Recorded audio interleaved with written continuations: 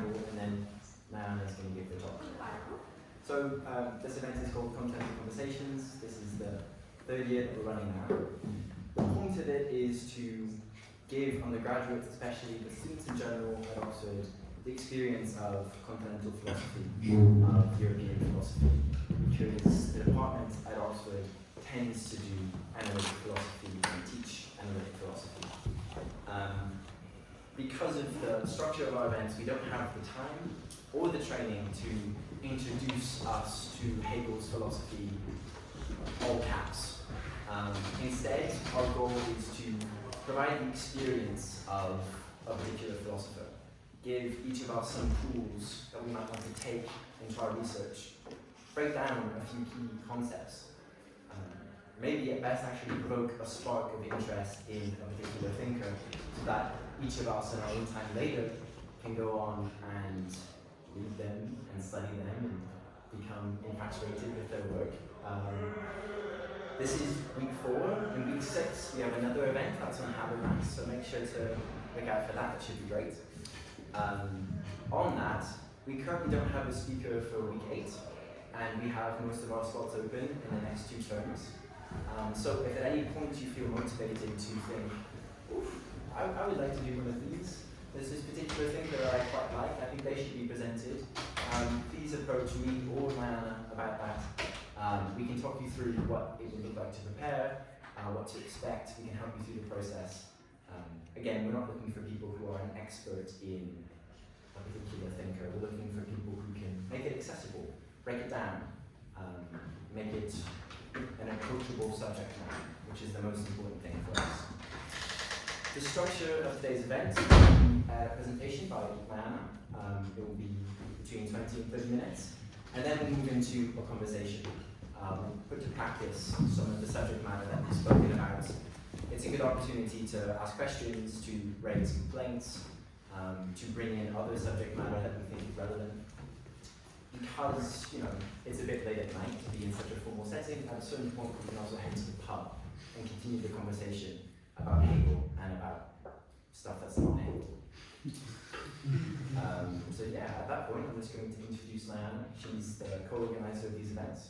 She's a 4th year PPEist here at Harris Manchester, and she'll be talking about Hegel. So let's give her a round of applause.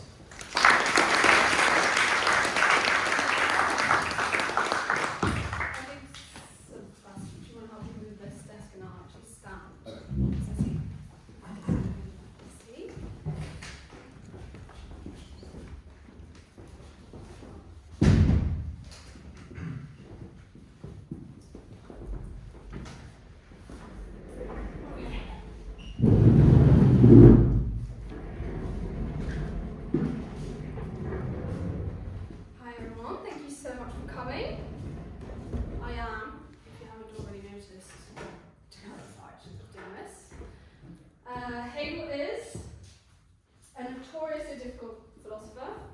I am, as anyone will tell you about me and also about themselves, that they are not qualified to speak on him. I'm also nervous out of respect for your time. I know all 2 students more or less. I know an hour of your time is very valuable. And I'll hopefully not take a whole hour of your time, but more half an hour. That's it. I'll start that. The subject of this lecture is, or this introduction, let me start with that. This is not an in-depth reading or analysis of Hegel. I will focus on 2 of his concepts, the dialectic and the spirit, as he understands them. For any of you who have done Post-Kantian philosophy, or have done lots of Hegel, this might be quite introductory, and that is my goal. Because I hope that people who have not heard about Hegel, except for in annoying references by people who've read loads, it's like, oh yes, this is exactly like Hegel said. I just want you to have kind of the mental hooks to know a wee bit about what he's talking about. And that's why I've chosen the dialectic and the spirit, because they're infamous and they're a recurring theme in his writing. And if at any point you feel like I'm wrong, jot it down and please do correct me afterwards, because I do want this to be a space where we're learning and we're developing in maybe like a dialectic way. It's important to be wrong. So I'm going to start by talking about the dialectic, and I think the best way to understand Hegel's dialectic is to understand a bit more about what his project is. So Hegel his project starts like every Enlightenment philosopher, every philosopher since Descartes, his project is to find true and certain knowledge. And he thinks that true and certain knowledge must be presuppositionless, a little bit like Descartes thinks. I mean, Descartes imports a lot of presuppositions, and Hegel is trying to take that to the extreme, to really start philosophy in one point and to have his whole philosophy grow out of that single point. He's also not only concerned with Descartes' problem, but he's concerned with Kant's problem. Because Kant kind of solves this, I don't know that much about Kant either, but he kind of solves this empiricist rationalist problem by saying that whatever critique we offer of knowledge or whatever starting point we have, it has to develop internally to us. The only thing we have is kind of what we have internal to us. And I will try and explain a little bit how Hegel criticizes Kant's starting point, but I think that is exactly what Hegel is trying to do. He is trying to create or explain a theory of consciousness and knowledge that is entirely internal, that is not measured by any external standard of truth or validity, but that is measured only by its own internal standards. And that's a bit vague now, but hopefully that's going to be a bit clearer over the course of this lecture. That might be, when I'm thinking about it, a bit longer than 25 minutes. So, to put it very, very shortly, the dialectic is the method Hegel uses for approaching knowledge and explaining knowledge. And already, saying that it's a method is kind of a problem. Because what he is criticizing Kant for is using a method of approaching knowledge and using a standpoint that is external to his subject matter. Kant is trying to say, no, I can't make that claim because I don't know it, but how I understand it, he is trying to look at knowledge from the outside and make sure that it's true or valid in this kind of sense.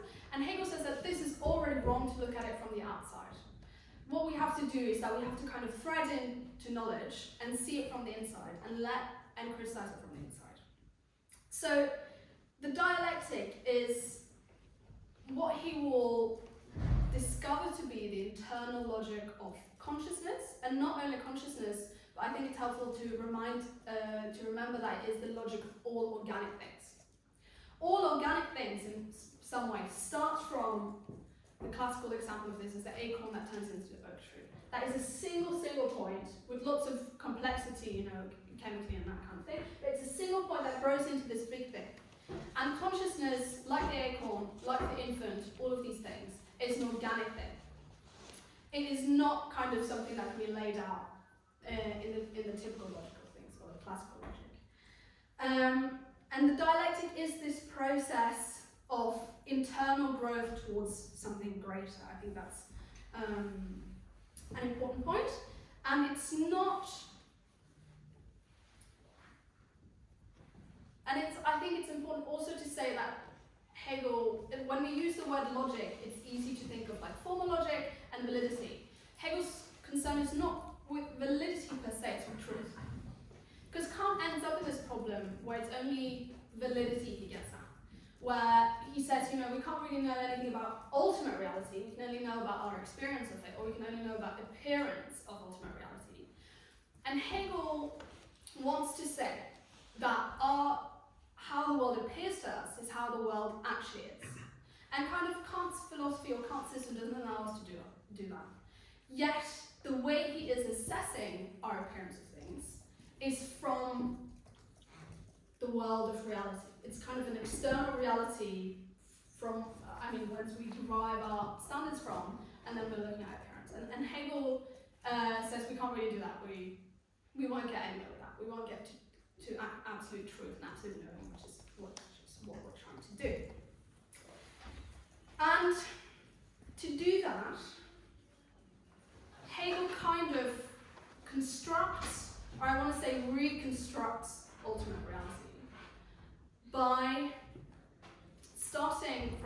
point and showing us how it can develop. So I'm very terrified that this lecture will be too internal because second you've read it, not that I read that much of it, but do bear with me on this.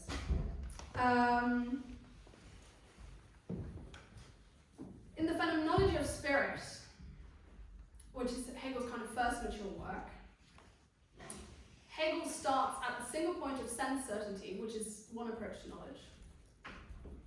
He looks at sense certainty, kind of in the true sense of the word analytically. He looks at sense consciousness, sense certainty, its internal parts, finds that it is self-contradictory from the inside, and shows how that contradiction can only be reconciled in a higher level. And I'll get back to that example, but this idea of the self-contradiction that kind of generates a higher truth is the key, in my opinion, to the dialectic. So I think a really useful way of understanding the dialectic, as Hegel uses it, is in opposition to the idea of the thesis, antithesis, synthesis, which is a very, very popular and common way of interpreting Hegel and interpreting Kant and interpreting a lot of these philosophers that use kind of who lay out philosophy as kind of a development between things. And this schemata of thesis, antithesis, and synthesis certainly captures one truth of the dialectic. Because it's, anyway, I'll write it in.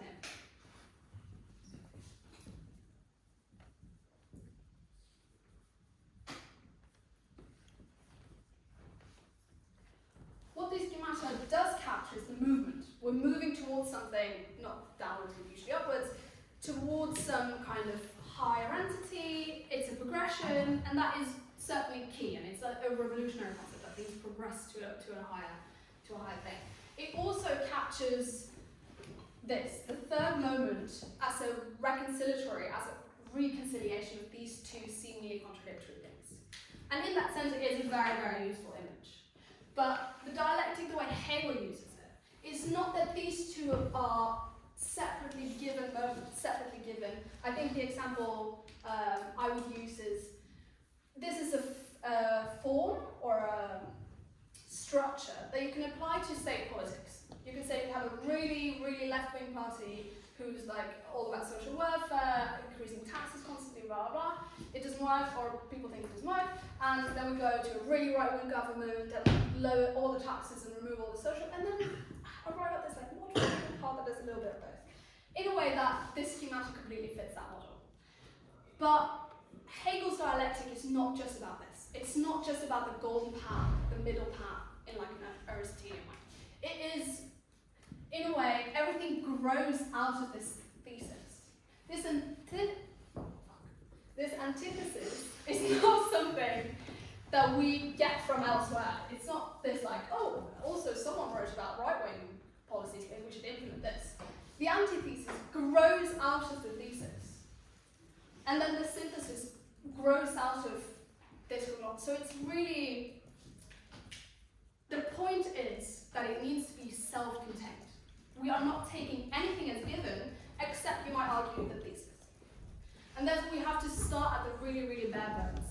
I think an example that I'm really hesitant to give, but that I really want to give, is Hegel's starting point in the logic. So the Phenomenology of Spirit has a lot of really, really good material, but the point of it is really to show that all our approaches to consciousness and knowledge hitherto are in some ways insufficient because they have this internal self-contradiction. And then the logic is kind of his exposition of absolute knowledge. And he starts it with the question of being. And I think that's really interesting as a contrast to Descartes, who says, I think therefore I am. He says, that's the starting point. What even is the am? What's the being? What we're talking about? Thinking? No. What's being? And Hegel kind of says that when we think about being in its pure form, so not being anything, not being a pen, not being a person, but just being, it's kind of empty. It's nothing really there. I mean, only ever imagine a particular thing that is. So when we look at being as a pure universal, we find it to be nothing. Okay.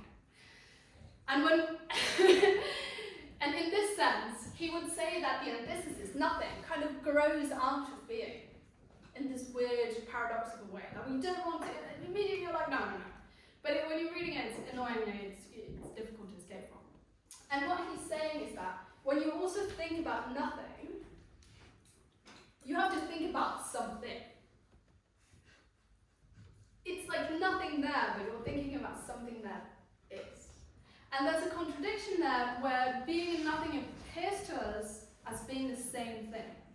And in a way, you could say, if Hegel doesn't say this, and I don't think this is the argument he is making, but the way I understand it is that the only way for one thing to be is for it to not be something else. Like, even if it's not being, if it's just me, you. If all I am is not anything else, I'm not you, and from your perspective, you're I. Now, well, it's me. I'm also only defined by being not you. And in this way, we're the same. Which is not true, it's only like theoretically. But I think what Hegel manages to show is that there is a kind of way, there is a kind of paradoxical and self-contradictory identity between different things. And that difference and identity are mutually dependent on each other in a way that's very unsatisfying and that need to be reconciled. And the way he kind of solves this, or not solves this, because he's not giving a solution. What he's saying is that the solution just arises when you look at this. And then he found out what arose, which is becoming. And this is, of course, sorry, can you see? The reason why I'm giving this example is just to show you how becoming, in quite an intuitive sense, is both being and not being at the same time. If you're becoming something, you're on your way to being it, and you're about to be it, and you have the possibility of becoming it, but at the same time, you are not that thing. And this is a concept that we can have, 5 hours to talk about alone. Unfortunately, thankfully, we're not doing that. My point is just to show that it is really from the original concept that the whole dialectic grows out of. And he's kind of saying that you can sit down and you can think about merely being. You can just sit down and think, what is being? And you can get this whole thing. If you, read. Okay. How are we on time? Okay, not that bad. Spirit.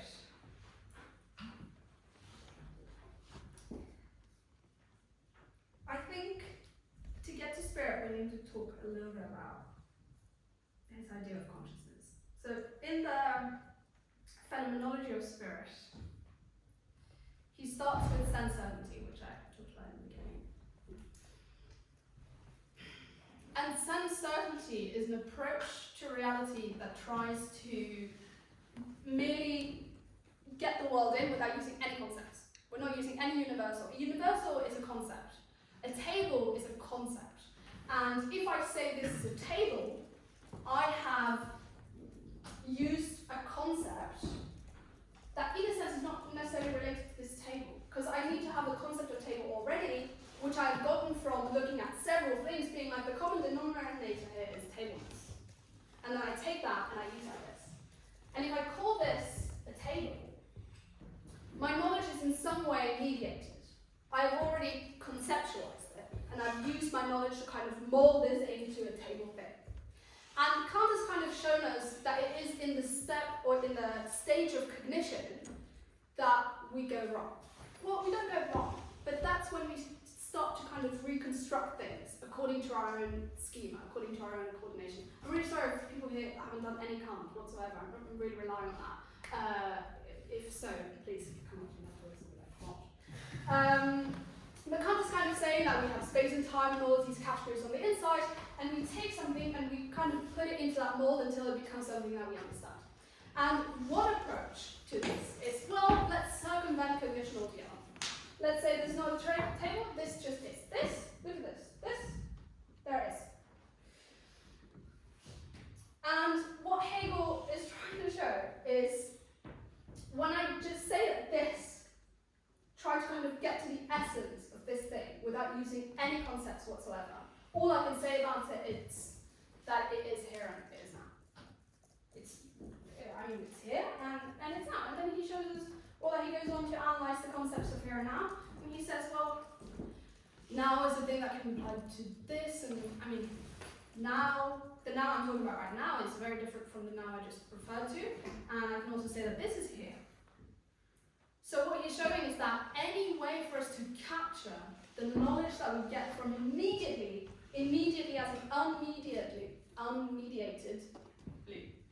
perceiving this table is necessarily propped into universals. There is no way to get to the individual essence of this object without going through universals. So there is an internal incoherence to sense certainty that shows us that we need universal, and that takes us to the next step. And in the phenomenology of spirit and later, he's trying to show how consciousness makes, not this, why is it makes this dialectical movement that we showed earlier. From a single point of consciousness, all the truth of consciousness grows out of. And he starts from the individual consciousness. He starts from me, or this, as I, perceiving this as an object. And he shows that that is in some way futile, because how can I know that there's, what standard do I have to hold up against this knowledge? How do I know that I know this? The only way to know that is to know that I am a subject as well. For me to perceive this as an object, and for me to know that I know that, I have to be a subject. And you can do that in a simple way. You can treat your own consciousness as an object, and you can look at it and you can be like, yeah, I have this thing and I have this thing in there. But then you end up in kind of an eternal regression, because if I am looking at my own consciousness as an object, how on earth do I know that I know that? And you kind of try and take a step back from your self-consciousness, your self-consciousness. You following on this? Or do I need to? Okay. He says, the only way for me to know that I am a subject is for there to be other subjects in this world. And that's how we kind of get to spirit. To avoid this internal regression of self-reflection, I must postulate other subjects. And it's not postulate in the sense that I invent them. I mean, a lot of people who are very skeptical, if you kind of take the Humean, if you take the solipsism route, like how do I know that there's anything out there? You could say that Hegel is just postulating that there are other subjects. But in a way, what I think that he's trying to do is that he's trying to make almost a Kantian transcendental argument. He says, for me to know, I need to be a subject. And for me to be a subject, there needs to be other subjects. Therefore, there are other subjects. Which I do understand that for many of you, that's a very unrigorous, but bear with me on this. So, for me to be a subject, I need to be recognized by other subjects as such. I can try, in the first instance, as he kind of puts out in the phenomenology, I can try and use mere objects to try and prove my subjectness. I can take an apple, and I can eat it, I can consume it. It's gone. I have kind of taken it and I've made it mine. But that doesn't necessarily prove that I'm a subject. We also have objects that kind of consume and destroy other things without that necessarily making us subjects. What I need is someone who has the authority and legitimacy of subjectivity to kind of recognize it as such. And then we get to this, I presume that some of you have heard of the master-slave dialectic or the master-servant dialectic, where two individuals who are both trying to prove that they are subjects, try this approach of consuming the other as an object. They try to kind of bend them to their will to prove that they are the subject in this matter. And if they could succeed in doing that, then one of them is kind of the master, the one who chooses what the other person does constantly, and the other person is the servant, because they lost. I'm doing this, this is also a topic we can do a long lecture on, but I'm really trying to prevent that from happening.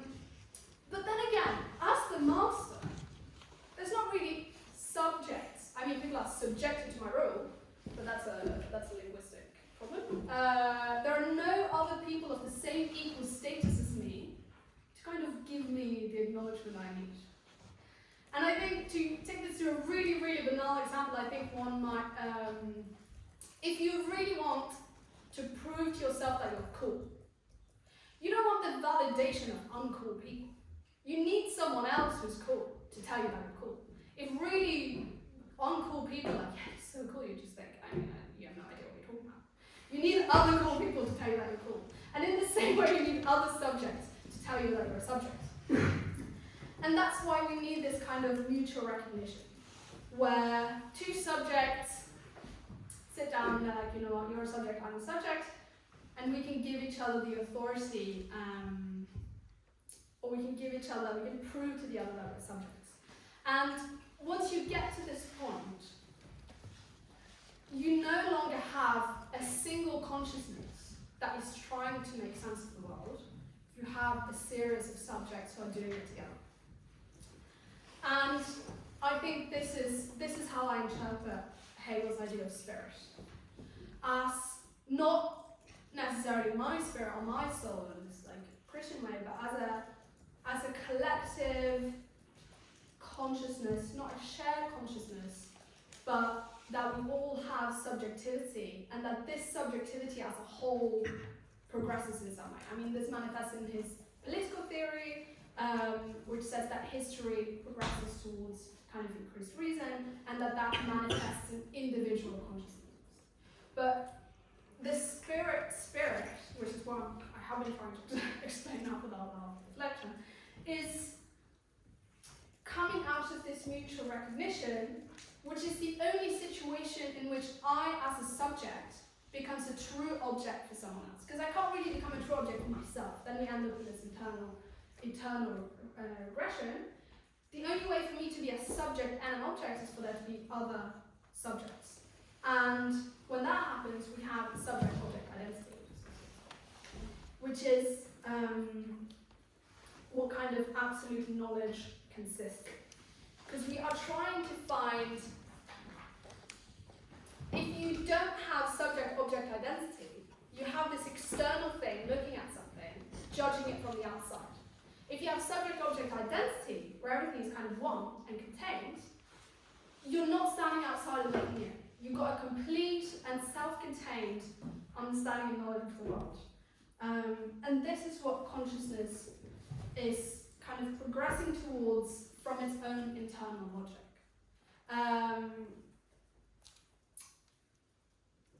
And that's how kind of, and this is my last point, the dialectic and spirit are kind of mutually dependent. Because the dialectic is a progression, and it is a teleological progression, the way that the acorn is striving to become the tree. It's not yet the tree, because right now it's an acorn, but it's striving to become the tree, and it's got the tree within it, but it's not there yet. And in the same way, consciousness have to go through the dialectic to become its essence. The same way that the tree is the oak tree is the essence of the acorn. Absolute knowledge and this whole reality of mutual recognition is the essence of consciousness. It's what consciousness is striving to end up as.